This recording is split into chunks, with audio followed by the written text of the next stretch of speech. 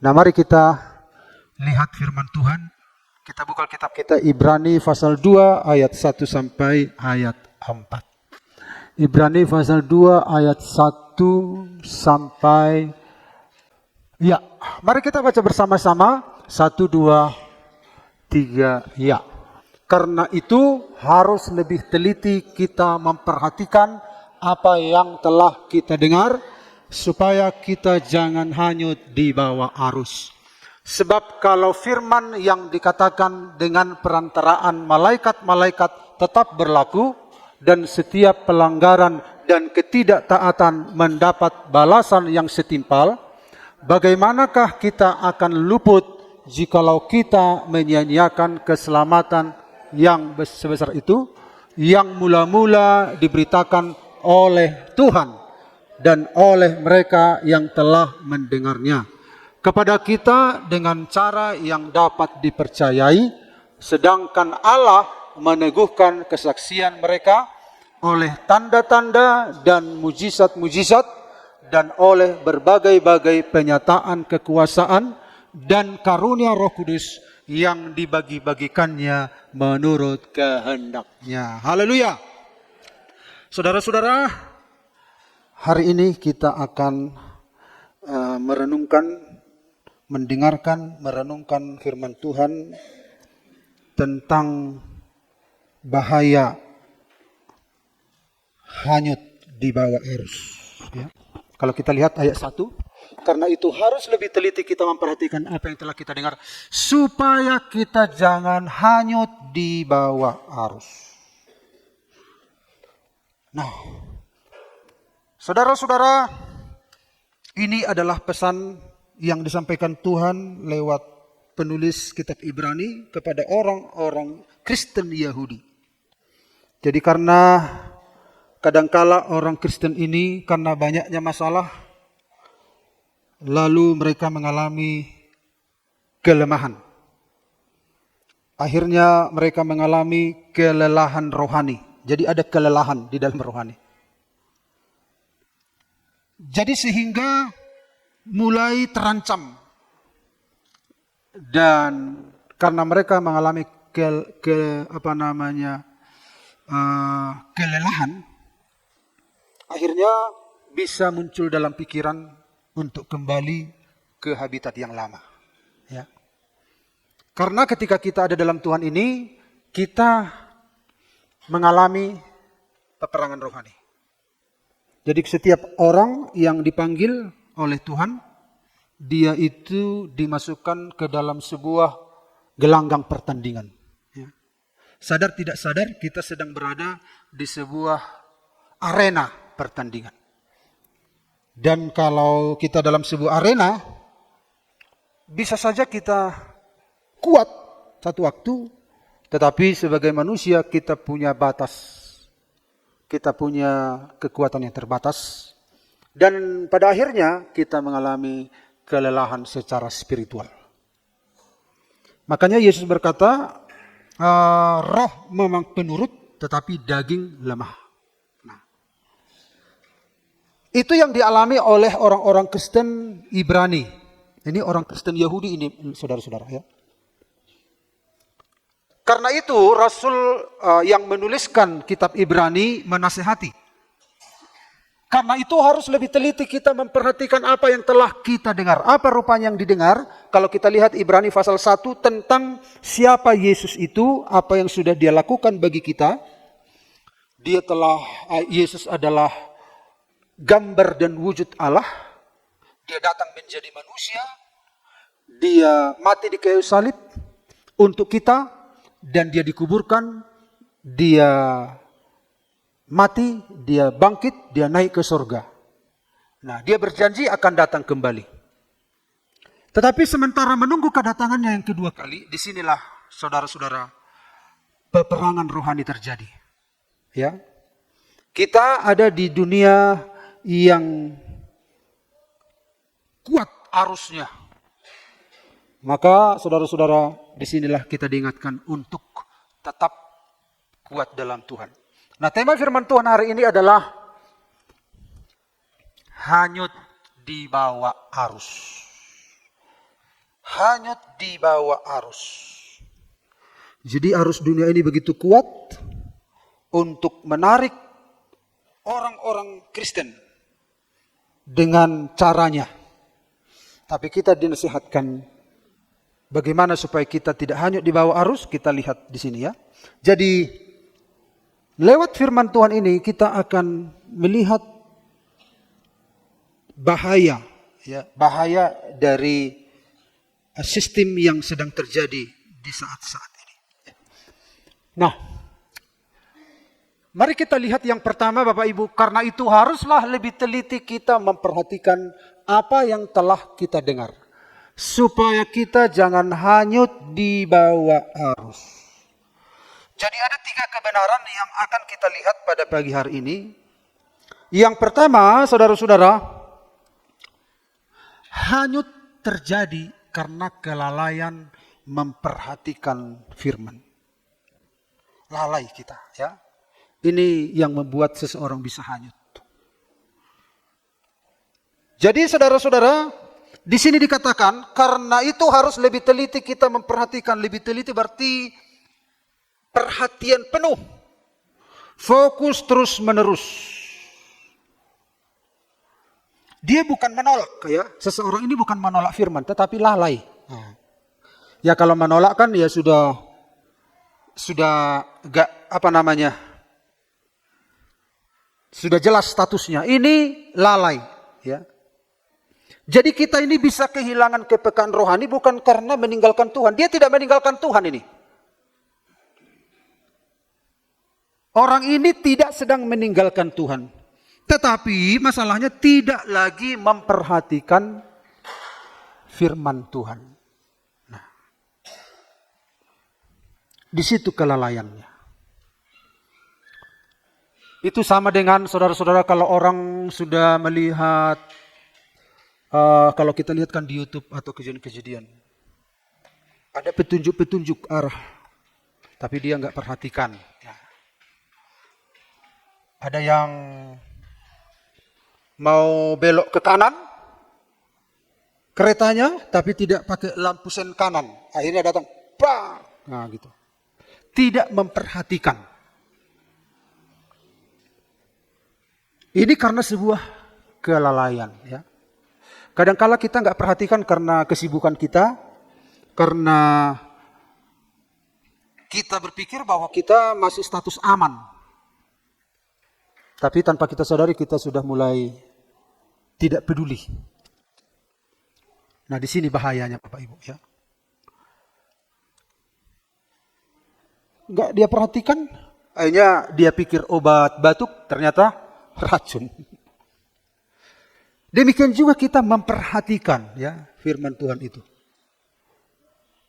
Dalam hal-hal dunia saja kalau kita nggak memperhatikan, tidak teliti, tidak fokus, ini bisa kita mengalami nasib yang malang.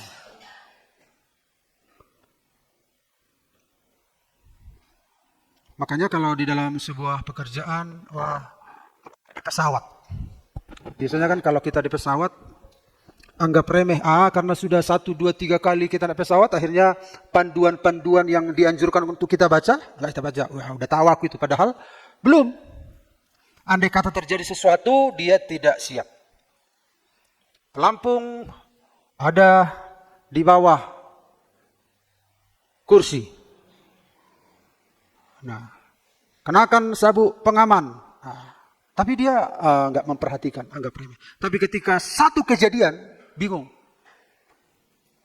Nah di sini anggap remeh ini seringkali. Sama seperti si Esau, anggap remeh. Seringkali kita anggap remeh dengan kehidupan kita. Anggap remeh dengan apa yang kita lakukan. Akhirnya kita diseret. Kita bisa diseret oleh media ya. Ini sangat bagus. Di sini ada Alkitab, di sini ada dokumen, di sini juga ada internet. Semua bisa. Itu keunggulan di zaman sekarang itu. Ini saja kita bawa, sudah di sini semua. Di sini kamus, kalau dulu, kalau di rak buku itu kan banyak sekali. Ada ensiklopedia, ada kamus bahasa Indonesia, ada kamus bahasa Inggris, kamus bahasa Yunani, kamus bahasa Ibrani. Banyak sekali buku-buku. Ternyata di dalam satu handphone yang kecil, semua ada di sana. Nah, tergantung kita mau menggunakan bagian mana. Di sini juga bisa kita buka Facebook, YouTube, segala macam. Makanya kalau kira-kira hilang handphone kita, seolah-olah udah kiamat dunia ini. Karena apa? Karena semua data di situ nomor rekening, di situ password, di situ semua. Nah, kalau hilang, wah, nomor telepon ratusan. Nah, tetapi kalau kita salah menggunakan, tidak memperhatikan baik-baik, itu juga bisa merusak kerohanian kita. Bisa merusak. Di sini juga ada game. Ya, boleh juga main game ya, tapi harus tahu orang yang dewasa rohani itu kita sudah lihat minggu-minggu yang lalu, dia punya panca indera yang terlatih untuk membedakan. Jadi semua fasilitas yang ada harus menguntungkan kita sebenarnya, tapi kebanyakan merugikan kita. Makanya perhatikan ya. Seorang pekerja harus dia menggunakan peralatan sehingga dia bisa selamat di dalam pekerjaannya. Perhatikan, seperti itu juga yang dikatakan oleh penulis Ibrani ini. Nah, saudara-saudara, ini kerjanya perlahan-lahan. Ada sebuah kisah, ada bernama Daniel ya, bukan Daniel jemaat kita. Daniel jemaat kita anak yang baik ya. Ada di sini? Enggak ada ya. Oh ada. Ini Daniel yang lain ya. Jadi sejak kecil dia aktif ke gereja, rajin ibadah, ikut pelayanan, bahkan pernah berkata, saya mau hidup untuk Tuhan. Ku mau hidup seturut kehendak Tuhan. Ketika kuliah semua masih baik, ia tetap datang ibadah, masih berdoa, masih baca firman, tapi mulai berkurang. Jadi lalu ia mulai bekerja, ia berkata sekarang sibuk, tapi nanti kalau sudah stabil, saya akan kembali fokus pada Tuhan. Sekarang aku sibuk, nanti kalau sudah mulai stabil, aku fokus sama Tuhan. Nah, hari-harinya dipenuhi pekerjaan, ia mulai melewatkan ibadah, bukan karena tidak mau ibadah, tetapi karena lelah. Nah, jadi bukan karena tidak mau, dia mau, tapi karena sibuk sekali akhirnya dia lelah. Akhirnya doanya makin singkat. Nah, biasanya doanya benar-benar ingin berjumpa dengan Tuhan. Tuhan, aku belum mau berangkat kerja sebelum aku connect. Nah, karena desakan-desakan pekerjaan ini akhirnya singkat saja. Karena Tuhan penuh kasih karunia. Tuhan baik. Sebab Tuhan baik. Nah ini karena Tuhan baik inilah maka dia pun mempersingkat. Karena ada desakan di sana. Dan baca Alkitabnya pun mulai berkurang. Jadi baca Alkitabnya bukan dengan khusus lagi baca Alkitab. Oh, baca Alkitabnya pun di toilet. Tidak masalah di toilet ya daripada marang-anangan. Itu keunggulan di zaman sekarang. Pas makan juga dibaca. Pas gimana akhirnya mulai gak sempat lagi. Jadi dari baca secara khusus. Kemudian baca di tempat aktivitas yang lain, kemudian akhirnya dia baca di mobil, itu pun sudah goyang-goyang, mobilnya sudah mulai apa. Tapi yang penting Tuhan tahulah kerinduanku begitu. Namun ia masih merasa saya masih percaya Tuhan. Beberapa bulan kemudian lingkungannya berubah, teman-temannya mulai mengajak ke gaya hidup yang lebih bebas. Awalnya ia menolak. Enggak, aku adalah anak Tuhan. Awalnya dia menolak. Tapi karena dia sudah mulai koneksinya dengan Tuhan sudah mulai pudar, maka dia tidak menyadari, lama-lama ia berkata, tidak apa-apa asal saya tetap ingat Tuhan. Nah. Beberapa bulan kemudian lingkungannya berubah, teman-temannya mulai mengajak ke gaya hidup yang lebih bebas. Tanpa sadar, standarnya mulai turun. Nah ini, perlahan-lahan ini. Tanpa sadar, standarnya mulai turun, kompromi mulai masuk, suara hati mulai tumpul. Kalau biasanya ada hati nuraninya masih tajam, mendengarkan pimpinan Tuhan, hati nurani mulai tumpul. Ya. Sampai suatu hari seorang bertanya kepadanya, sudah lama tidak lihat kamu di gereja. Daniel tersenyum kaku dan berkata, iya, lagi sibuk. Tetapi dalam hatinya ia tahu, bukan sekedar sibuk, ia sudah jauh. Yang paling mengerikan adalah ini, ia tidak pernah merasa sedang meninggalkan Tuhan, ia hanya merasa sedang menjalani hidup. Dia saudara-saudara, merasa tidak meninggalkan Tuhan, tapi koneksi dengan Tuhan sudah tidak ada. Tentang Tuhan hanya memori saja. Jadi memori tentang Tuhan beda dengan hubungan dengan Tuhan, beda, ya. Dan pada akhirnya hilang.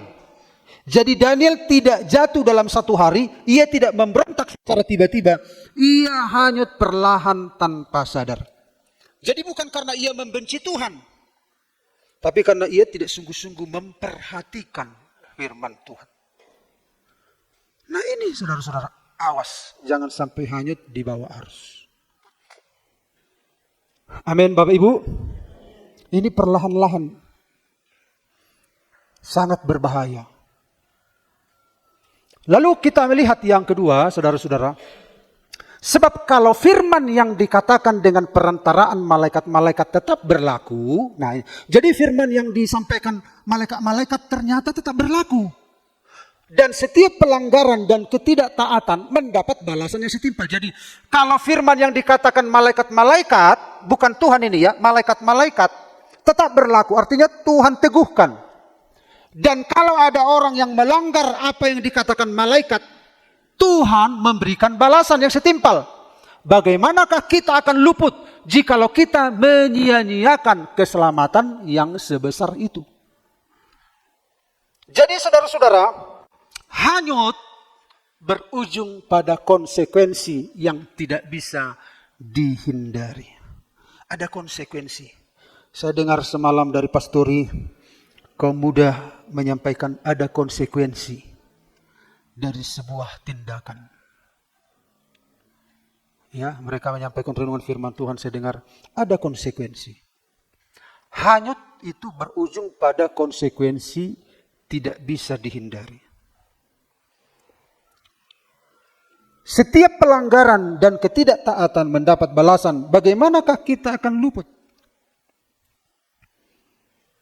Jadi saudara-saudara, kemunduran rohani tidak terjadi seketika. Dimulai mengabaikan firman, menunda ketaatan, kehilangan rasa takut akan Tuhan. Itu sama dengan misalnya kalau antara orang tua dan anak atau suami dan istri mulai sama-samanya. Tetapi ya hanya sama-sama begitu. Tidak ada lagi kehangatan, kasih. Seperti itu juga kita kadang dengan Tuhan. Ini terjadi perlahan-lahan. Apalagi sistem dunia ini sekarang luar biasa, Bapak Ibu ya. Dan kalau ditanya, kamu masih merindukan kedatangan Tuhan enggak? Ya, gimana ya? Entah datang dia atau enggak, ya sepertinya saya tidak terlalu pusing begitu. Jadi saudara-saudara ini sangat berbahaya ya. Jadi kalau kita anggap remeh pada hal-hal yang kecil, misalnya sebuah bendungan yang besar, lalu ada yang bocor sedikit bendungan itu, dibiarkan. Akhirnya dibiarkan, akhirnya hancur semua. Pertama diabaikan ya. Nah kalau kita lihat ini Allah ya. Jadi Allah memberikan hukum Taurat lewat malaikat. Ini kata Ibrani ya. Kalau di dalam kitab Keluaran Allah memberikan hukum Taurat. Tapi dalam kitab Ibrani ternyata hukum Taurat diberikan lewat malaikat. Nah, jadi kalau Allah memberikan pesan hukum Taurat, ini kalau ada orang yang melanggar, pesan dari malaikat ini, ada apa? Ada balasan yang setimpal. Jadi artinya pesan hukum Taurat saja kalau dilanggar ada balasan. Apalagi dengan Allah sendiri yang memberi pesan kasih karunia. Dia menyelamatkan kita. Dia menjadi manusia. Dia memberikan anak yang tunggal mati untuk kita. Dia sendiri datang untuk menyelamatkan kita. Yahweh, Yesus artinya Yahweh yang menyelamatkan. Dia sendiri datang menyelamatkan kita. Kalau ini lewat perantara, kalau ini dia sendiri. Nah, kemudian Injil kasih karunia itu diberitakan oleh murid-murid. Dan untuk memberitakan Injil kasih karunia ini, murid-murid diperlengkapi dengan tanda-tanda, mujizat, karunia-karunia roh. Supaya apa? Supaya orang percaya kepada keselamatan yang dikaruniakan oleh Allah lewat Yesus Kristus. Dengan tanda-tanda yang dahsyat, dengan mujizat. Ini tidak ada mujizat. Tapi ini disertai mujizat, tanda-tanda, karunia-karunia roh. Tetapi kalau ini disia-siakan, ada balasan yang setimpal. Jadi pesan dari malaikat saja kalau dilanggar ada balasan dari Allah. Apalagi kita sia-siakan kasih karunia, kita sia-siakan keselamatan, ada balasan yang setimpal. Jadi saudara-saudara, betapa besar kasih karunia yang Tuhan berikan kepada kita. Makanya iblis akan berusaha dengan berbagai cara untuk menyeret. Kalau dia tidak bisa dengan kekerasan, dia akan lakukan dengan lembut sekali. Sama seperti uji coba dengan katak, ya, udah pernah saya tunjukkan. Ini katak ini dimasukkan ke dalam baskom, ada air dingin, lalu katak ini dimasukkan, lalu dimasak air ini. Pertama katak ini enak-enak saja berenang di baskom, di atas kompor, ya, berenang. Terus panasnya itu dipanaskan sedikit demi sedikit. Katak ini tetap. Terus dipanaskan, tetap dia berenang. Sampai 100 derajat Celcius dia tidak menyadari bahwa suhu air telah dipanaskan perlahan-lahan. Dia tidak menyadari airnya, dia mati. Dia pertama-tama masih bisa menyesuaikan diri dengan suhu 20 derajat Celcius disesuaikan. 30 derajat Celcius disesuaikan. 40, 50, akhirnya mati. Itu terjadi perlahan-lahan. Andai kata misalnya ini air 100 derajat Celcius lalu dimasukkan katak. Lalu pasti kata itu begitu. Ini enggak. Ini perlahan-lahan. Dia menyesuaikan diri dengan suhu dan akhirnya mati. Ini berbahaya bagi orang Kristen. Makanya hati-hati dengan dunia ini. Ya. Tipu daya iblis untuk menghancurkan anak-anak Tuhan. Kita diseret, ya.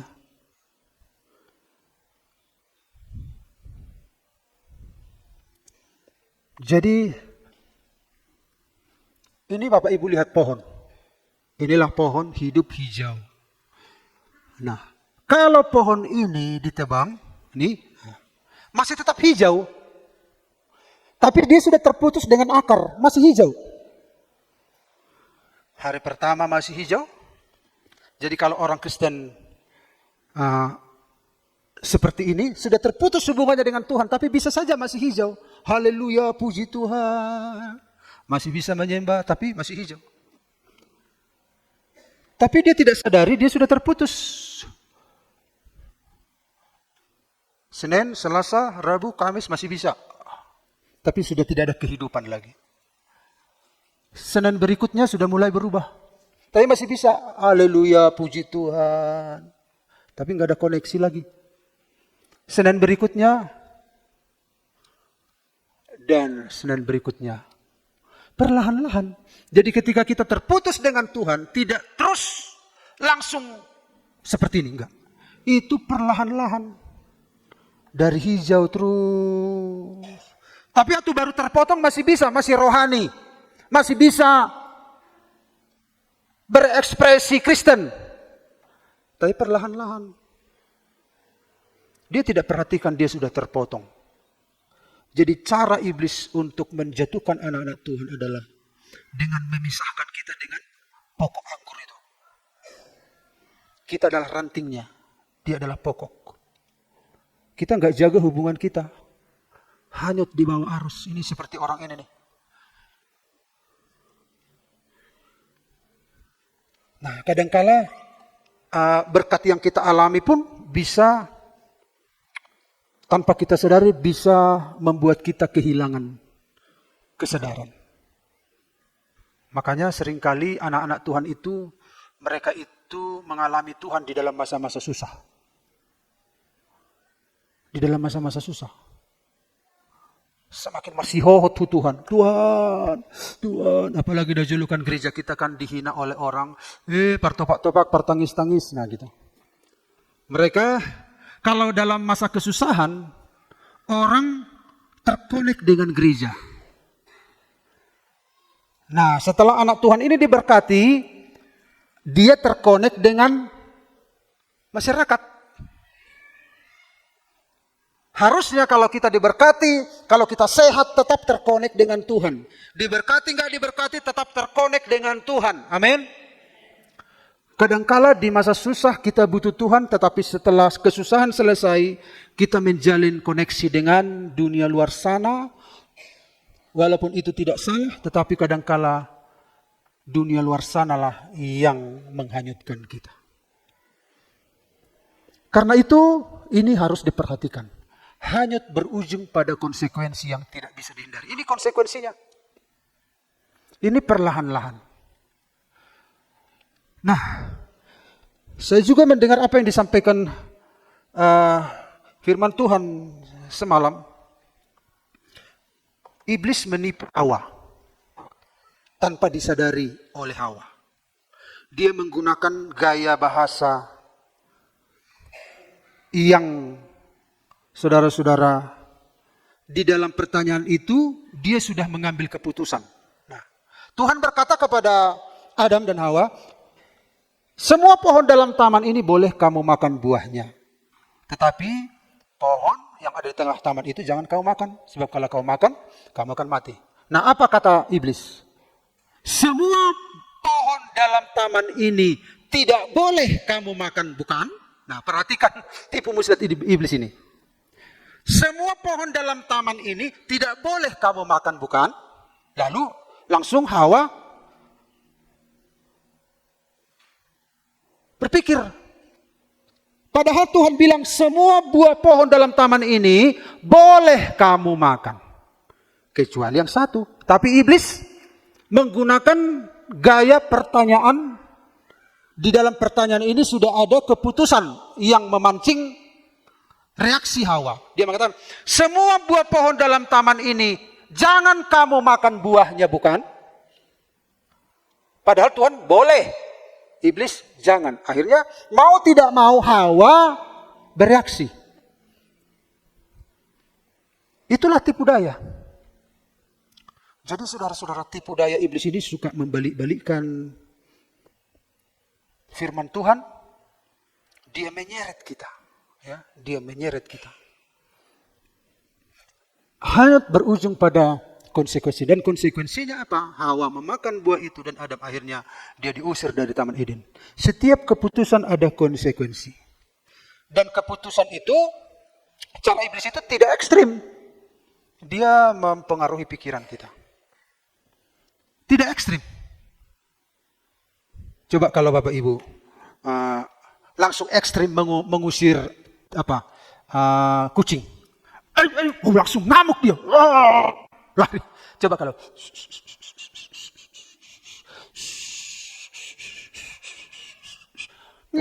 karena akhirnya bisa kita tangkap. Coba kalau apa? Lari, kabur. Iblis itu mainnya lembut. Kita kan pernah mendengar sebuah ilustrasi tentang kisah sirene. Ya udah berkali-kali saya bilang. Jadi para pelaut mengambil ikan di laut di Yunani, ya.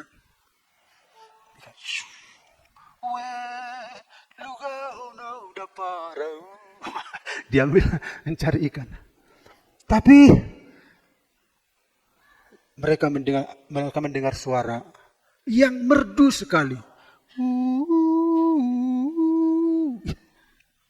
Dabuni suarai, merdu. Akhirnya di pajonok akan nelayani matu suarai. Ulini suarai bang. Tapi nelayan tidak tahu bahwa suara itu datang di atas lautan itu ada batu karang yang tajam. Akhirnya kapal-kapal banyak tenggelam di sana karena pengaruh suara yang merdu. Dan ditemukan di bawah batu karang itu banyak tengkorak-tengkorak. Ternyata banyak orang yang sudah jadi korban karena suara yang merdu. Risi-risi hatani jolma, lamot hatani begu. Hatani begu lamot Bapak Ibu.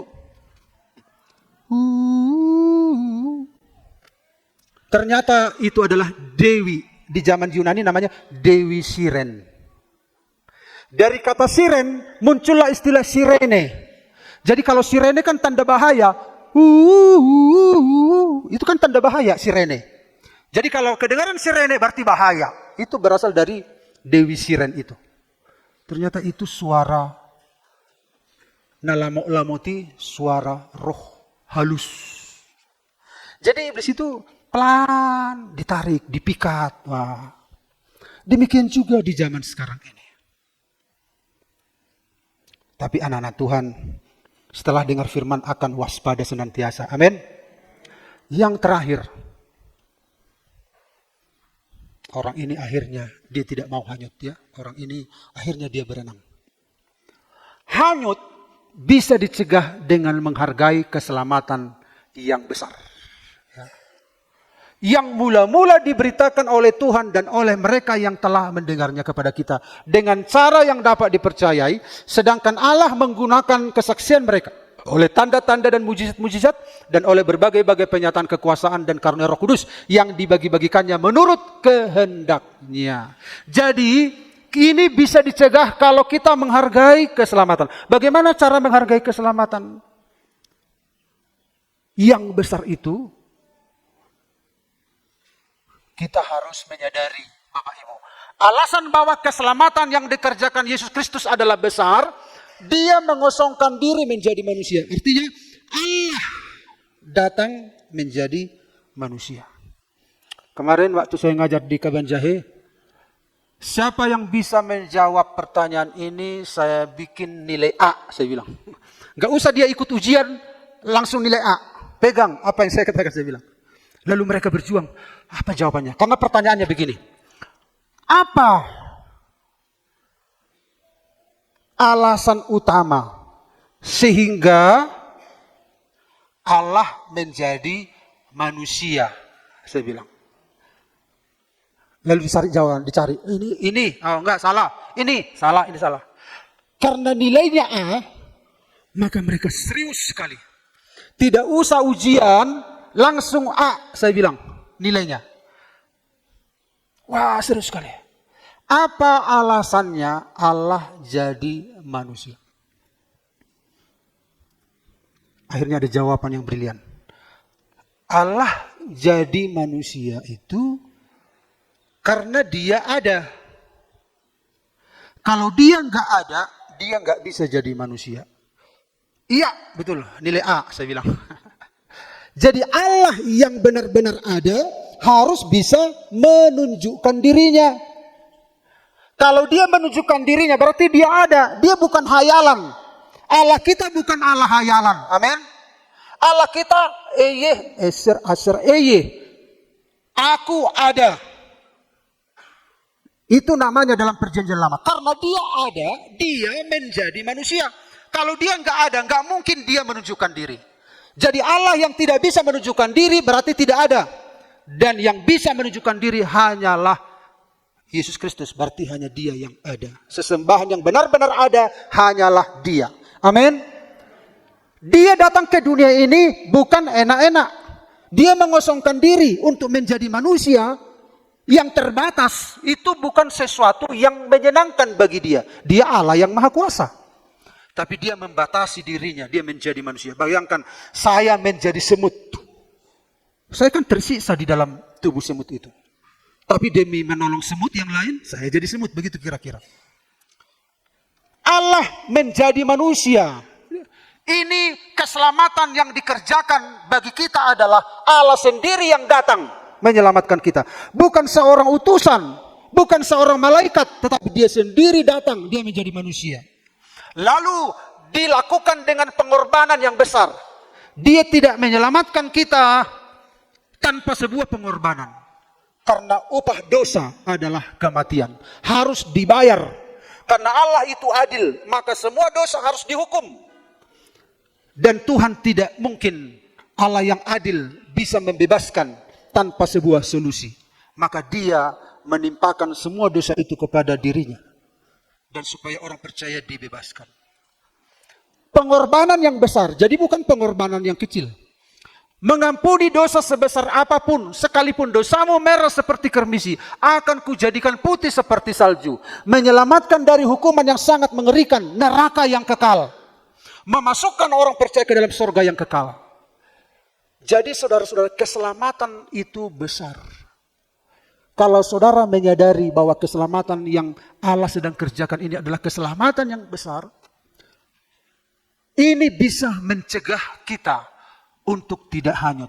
Saudara menyadari keselamatan ini. Wah, anugerahnya sungguh besar. Kalau saudara terus renungkan keselamatan ini, saudara renungkan apa yang sudah perbuat bagi kita. Apa yang Tuhan telah perbuat dalam hidup kita.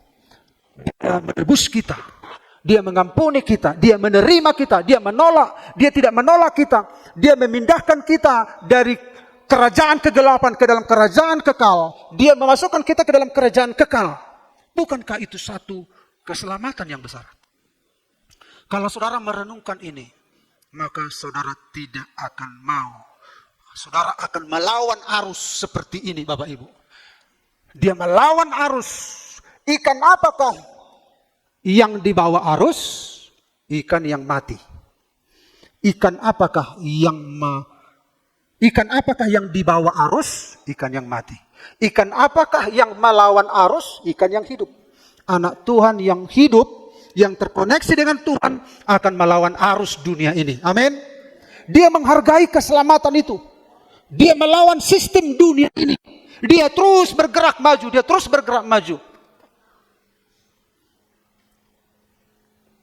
Inilah anugerah Tuhan. Dalam Roma 12 ayat 1-2 dikatakan, karena itu saudara-saudara, demi kemurahan Allah, demi keselamatan yang besar itu, aku menasihatkan kamu, supaya kamu mempersembahkan tubuhmu kepada Tuhan, sebagai persembahan yang hidup, yang kudus, dan yang berkenan kepada Allah. Itu adalah ibadahmu yang sejati.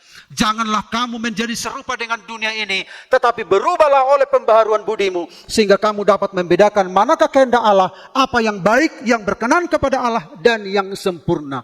Demi kemurahan Allah, demi kemurahan Allah, demi kebaikan Allah, demi keselamatan yang besar, demi menghargai keselamatan yang besar yang Tuhan berikan, Rasul Paulus mendorong, persembahkan tubuhmu kepada Tuhan menjadi persembahan yang hidup. Kalau engkau tidak mempersembahkan, kau akan hanyut di bawah arus. Bagaimana cara supaya kita nggak hanyut di bawah arus? Persembahkan tubuhmu kepada Tuhan, serahkan hidupmu. Apa bentuk kemurahan Tuhan? Di dalam Roma 11 ayat 17, tolong dibaca. Ayat yang terakhir. Roma 11. Silakan, ada seorang membaca.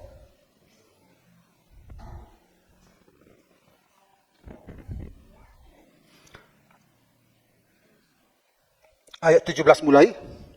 Roma 11 ayat 17. Karena itu apabila beberapa cabang telah dipatahkan dan kamu sebagai tunas liar telah dicangkokkan di antaranya dan turut mendapat bagian dalam akar pohon zaitun yang penuh bunga. Terus janganlah kamu bermegah terhadap cabang-cabang itu, Jikalau kamu berbuka, ingatlah bahwa bukan kamu yang menopang akar itu, melainkan akar itu yang menopang kamu. Lanjut. Mungkin kamu akan berkata, ada cabang-cabang yang dipatahkan, supaya aku dicangkokkan di antaranya sebagai tunas. Baiklah, mereka dipatahkan karena ketidakpercayaan mereka, dan kamu tegak tercacat karena iman. Janganlah kamu sombong, tetapi takutlah. Sebab kalau Allah tidak menyayangkan cabang-cabang asli, Ia juga tidak akan menyayangkan kamu. Sebab itu, perhatikanlah kemurahan Allah dan juga kekerasannya, yaitu kekerasan antara orang-orang yang telah jatuh, tetapi atas kamu kemurahannya, yaitu jika kamu tetap dalam kemurahannya. Jika tidak, kamu pun akan dipotong juga. Tetapi mereka pun akan dicangkokkan kembali jika mereka tidak tetap dalam ketidakpercayaan mereka. Sebab Allah berkuasa untuk mencangkokkan mereka kembali. Sebab jika kamu telah dipotong sebagai cabang dari pohon zaitun liar dan bertentangan dengan keadaanmu itu, kamu telah dicangkokkan pada pohon zaitun sejati. Terlebih lagi mereka ini yang menurut asal mereka akan dicangkokkan pada pohon zaitun mereka sendiri. Terima kasih. Inilah saudara-saudara kemurahan Allah itu. Sebab itu perhatikanlah kemurahan Allah. Apa kemurahan Allah? Ini adalah bangsa Israel. Dari dalam Israel keluar Mesias, keluar nabi-nabi, ya. Keluar Mesias jadi Mesias itu adalah Yesus. Jadi kita tidak bisa berpisah dengan Israel. Kita bersyukur buat Israel karena dari Israel lah kita punya juru selamat. Makanya saudara-saudara kita harus mendoakan bangsa Israel. Sampai sekarang Israel itu masih ada dalam rencana Tuhan. Ya. Tuhan punya rencana khusus bagi Israel dan Tuhan punya rencana khusus bagi gereja. Gereja itu ada karena Yesus orang Yahudi sang Mesias lahir dari orang Israel. Jadi saudara-saudara, ini bentuk kemurahan Allah. Ini adalah keselamatan datang dari bangsa Yahudi, kata Yesus. Tetapi bangsa Yahudi tidak percaya kepada Yesus. Banyak yang percaya, banyak juga yang tidak percaya sampai sekarang. Tetapi ketidakpercayaannya itu bukan berarti saudara-saudara, Tuhan berhenti rencananya bagi mereka. Tuhan tetap punya rencana sampai akhir zaman. Sampai semua orang yang sebanyak mungkin ditarik orang kepada Yesus, lalu orang Israel belakangan percaya. Jadi Tuhan tidak pernah belum selesai dengan Israel. Nah, perhatikan, kemurahan Allah itu adalah ini. Bangsa Israel sebagian itu dipatahkan, ya. Dipatahkan karena ketidakpercayaan mereka. Ini pokok zaitun asli. Kita ini pokok zaitun liar. Bahasa Batak zaitun harangan. Kita dicangkokkan karena kepercayaan. Nah, ketika kita dicangkokkan, inilah bentuk kemurahan Allah. Kalau dalam ayat yang ke-24, sebab jika kamu telah dipotong sebagai cabang dari pohon zaitun liar dan bertentangan dengan keadaanmu itu. Ini kan bertentangan antara ini dan ini. Keadaan kita bertentangan. Kamu telah dicangkokkan pada pohon zaitun sejati. Karena itu dikatakan jangan kamu sombong, ayat 20. Janganlah kamu sombong, tetapi takutlah. Artinya kalau kamu diselamatkan, kamu dicangkokkan ke dalam pokok zaitun yang asli, itu bukan karena kebaikanmu. Makanya anak-anak Tuhan yang mengerti tentang ini, dia akan hanyut di bawah arus. Dia akan terus berjuang. Ku berjuang sampai akhirnya, kau dapati aku tetap setia. Bayangkan Bapak Ibu. Karena itu dikatakan, persembahkanlah tubuhmu, artinya sesuaikan dirimu dengan ini. Dengan cara apa? Kamu jangan hidup lagi seperti di luar. Tetapi kamu mendapatkan kehidupan dari pokok zaitun yang asli. Kamu harus menyesuaikan diri, persembahkan tubuhmu menjadi persembahan yang hidup, yang kudus, berkenan kepada Allah. Dan pada akhirnya, saudara-saudara, karena itu saudara-saudara, demi kemurahan Allah, aku persembahkan tubuhmu dan berubahlah. Berubahlah itu adalah metamorfosa, berubah. Akhirnya apa yang terjadi dengan ini? Berubah. Dia mendapat kehidupan. Dia menyerahkan diri. Menyesuaikan diri dengan pokok zaitun yang asli. Kehidupan yang Tuhan alirkan itu akan mengalir dalam hidup kita. Kita bermetamorfosis, berubah bentuk. Dari yang tidak berharga jadi berharga. Dari yang terbuang jadi punya nilai. Allah mengasihi kita. Betapa besar kasih Allah bagi kita. Karena itu saudara-saudara, bagaimana cara supaya kita dicegah dari arus yang menghanyutkan ini? Hargai keselamatan yang besar itu. Amin. Hargai keselamatan yang besar itu. Yesus tidak tertawa di kayu salib. Dia berteriak. Di Getsemani juga dia bukan hanya menangis, tetapi pori-porinya itu keluar darah. Demi apa? Demi saudara dan saya. Karena dia tahu neraka itu bagaimana. Dia tahu penderitaan itu bagaimana. Tapi orang-orang seringkali belum menyadari apa yang ada di sana. 3 minggu yang lalu kalau nggak salah kita sudah dengar firman Tuhan. Apa keinginan orang di neraka? Orang yang ada di neraka. Keinginan orang yang ada di neraka, dia butuh air tapi nggak ada. Keinginan orang di neraka, dia tidak ingin saudara-saudaranya masuk neraka. Keinginan orang di neraka, dia sadar bahwa Injil yang diberitakan itu adalah Injil keselamatan.